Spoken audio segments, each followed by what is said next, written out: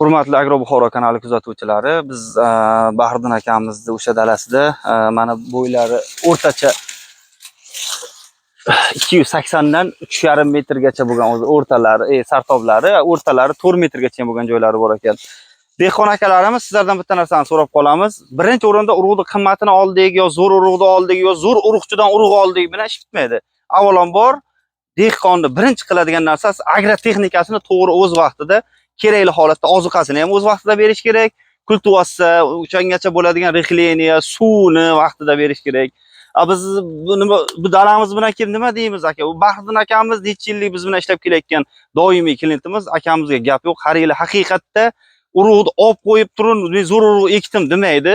Agrotexnikasini oxiridan ipidan ignasigacha to'g'ri qilib, o'zini kerakli rezultatini, kerakli tonnalarni har yili stabilni bir xil holatda yaxshi tonna olib keladigan klientlarimizdan, dehqon akalarimizdan. Bu dalasi ham juda ham idealli bo'lgan, holatlari ham juda ham zo'r.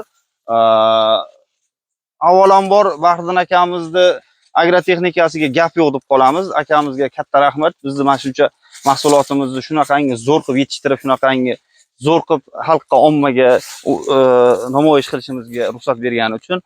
Aka, nima ham deymiz? Dehqonchiligingizga Allohim barakasini bersin. Aka, bundan keyin ham xudo xolasa davomiy ishlash nasib qilsin aka.